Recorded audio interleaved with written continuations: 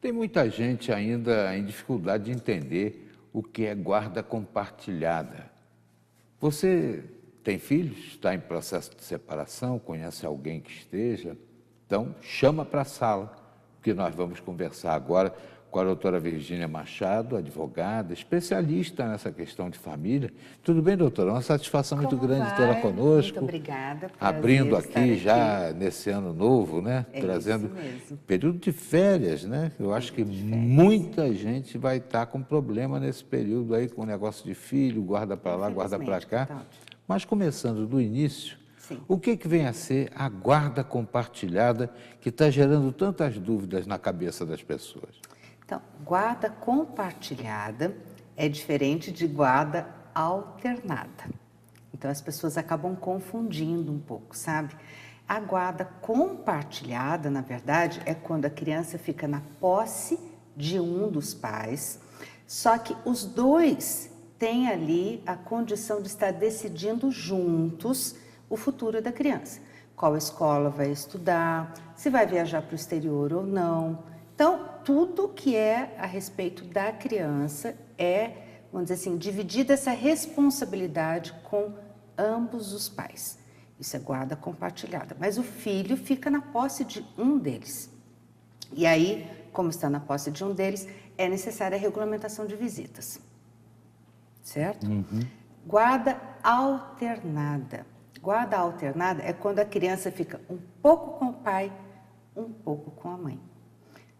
Não é muito recomendado, sabe, Cataldi? Porque acaba criando um pouco de confusão na cabeça da criança. A alternada. A alternada. A compartilhada não é obrigatória hoje em dia? Veja bem, ela não é obrigatória. Ela pode ser unilateral, onde apenas o guardião, ou o pai, ou a mãe, respondem e decidem sobre a vida da criança.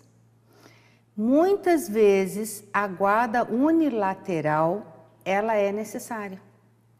Vamos dizer assim, os pais não se entendem de jeito nenhum, né? Eles brigaram e acabam se separando e a briga continua, existe até alienação parental no meio e a criança fica totalmente ali à mercê desse conflito entre os pais. Não se assuste, telespectador. A gente vai falar sobre alienação parental também, que já assusta todo mundo. Os termos agora são... O que será que é isso, É verdade. né? Mas é fácil, a alienação parental é quando um dos pais fala mal do outro para o filho. O avô também, a avó. Sempre, sempre, sempre. A família todas as vezes acaba se envolvendo. verdade. Não percebe que a criança está sendo bombardeada com informações, com angústias, com mágoas que não são dela, né?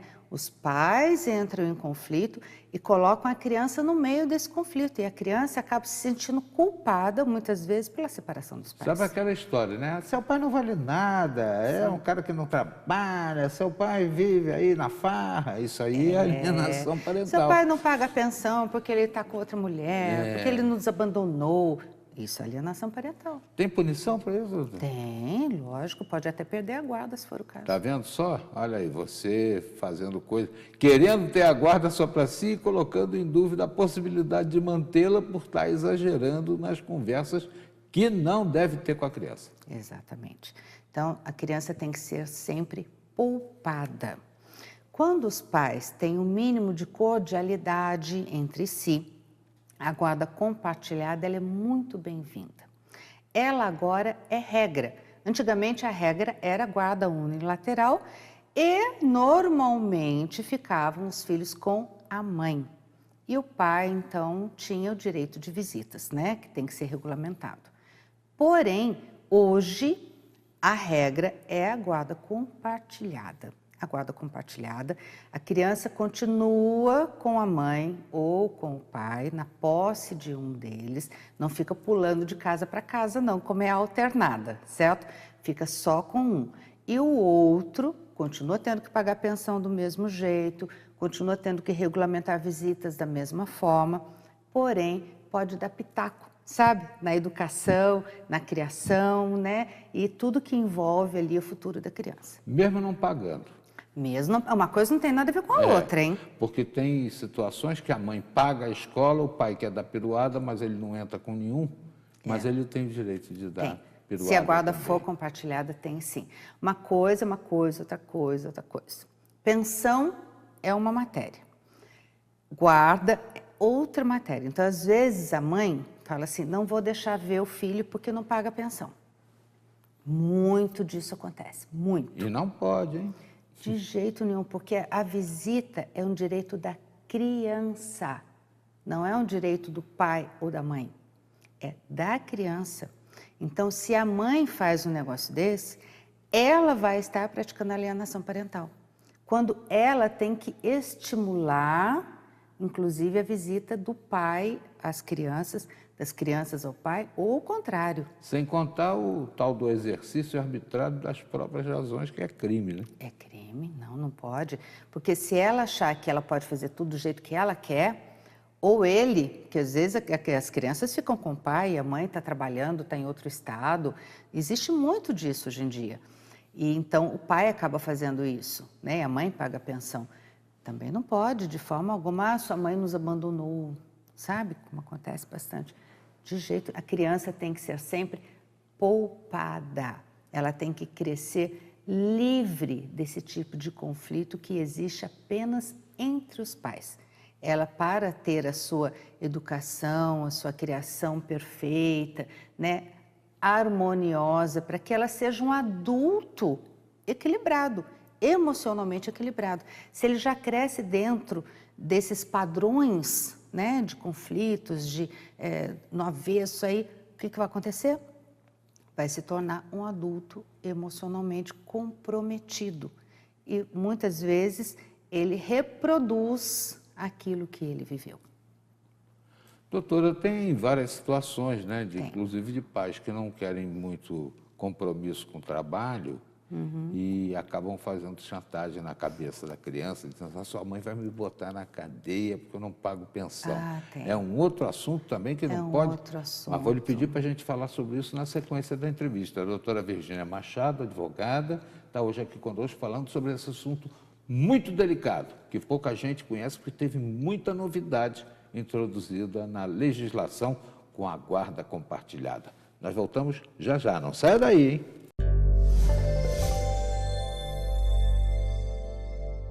Hoje nós estamos recebendo a doutora Virgínia Machado, advogada, especialista na área de família, e um assunto puxa o outro, né? Começamos falando da guarda compartilhada em si, mas há desdobramentos muito importantes, né? A gente vai falar também sobre o assunto que deixamos aí no ar, daquele pai que não é muito afeito ao trabalho e que fica chantageando na cabeça da criança, olha, sua mãe vai me botar na cadeia porque eu não tenho dinheiro para pagar a pensão, porque eu não consigo emprego.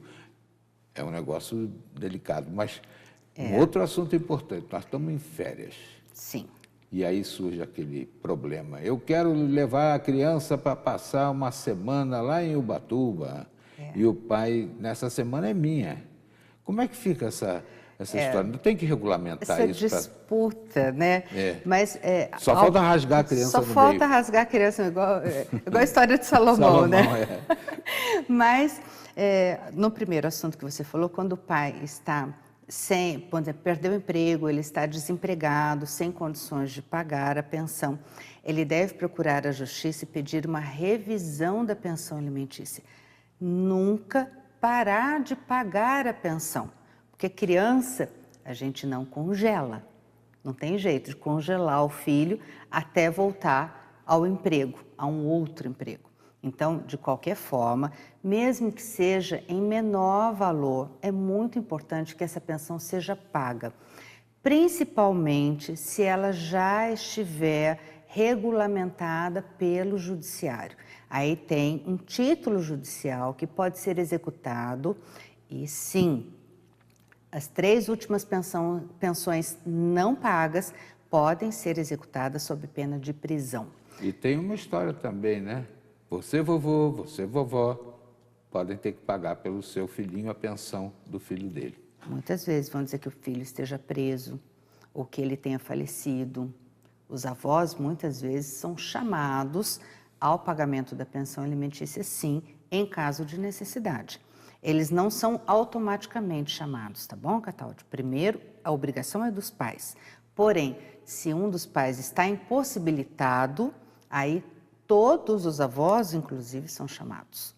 Não é aquele avô que eu escolhi.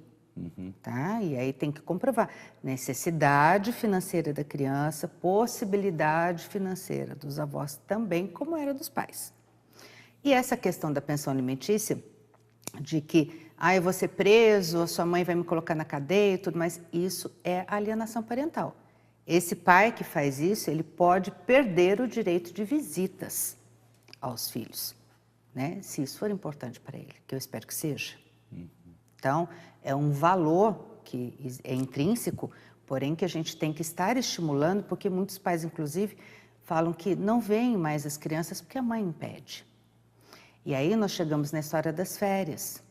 Quando o casal se divorcia, se separa, ou existe a dissolução da união estável, normalmente já fica estipulado, até em audiência de tentativa de conciliação, quando é frutífera, já fica estipulado não só o divórcio, mas também como as visitas serão procedidas, as visitas serão regulamentadas, e aí entra toda a questão assim, de Natal, de Ano Novo, de férias, Dia das Mães, Dia dos Pais, Páscoa, Dia das Crianças, tudo é regulamentado.